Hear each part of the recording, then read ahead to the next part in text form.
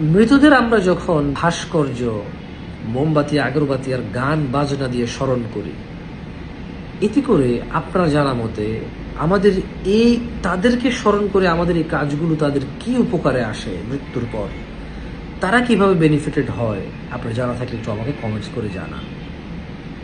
দ্বিতীয়ত, মানুষ যখন এই পৃথিবী থেকে মরে যায়, যাদের জন্য উৎসর্গ করে যায়, তারা তাদের জীবন্ত যৌবন এবং তাজা প্রাণ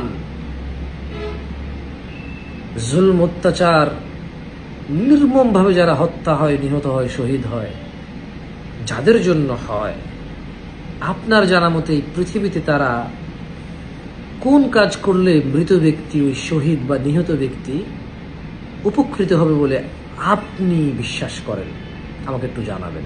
আমি আবারও রিপিট করি, আপনার জন্য যারা এই পৃথিবী ত্যাগ করে বা এই পৃথিবী যারা উৎসর্গ করে, এমন কোন কাজ আপনি বিশ্বাস করেন যে আপনি করার পরে ও মরে যাওয়ার পরে উপকৃত হবে আপনার কাজের কারণে? এটা হলো আমার দ্বিতীয় প্রশ্ন।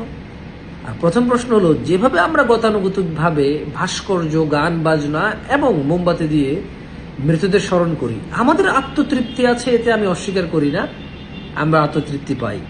কিন্তু আমাদের এই ভাস্কর্য, গান বাজনা এবং মোমবাতি জ্বালিয়ে তাদের স্মরণ, তাদের কি কোনোভাবে কোনো উপকার করে বলে আপনার জানা আছে? থাকলে একটু কমেন্ট করে জানাবেন।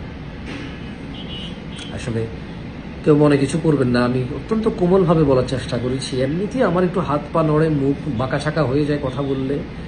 আমি ভিডিওটা অনেকবার রেকর্ড করে অনেকবার ডিলিট করেছি। আমার কাছে মনে হয়েছে যে আমার হাত পা নড়ছে, আমার মুখ নড়ছে অনেক বেশি। এর বেশি আসলে আমি আমার বডি ল্যাঙ্গুয়েজকে আর এর বেশি আমি পাচ্ছি না। আমি দুঃখিত, হয়তো আস্তে আস্তে ওটা বলা হবে ইনশাআল্লাহ।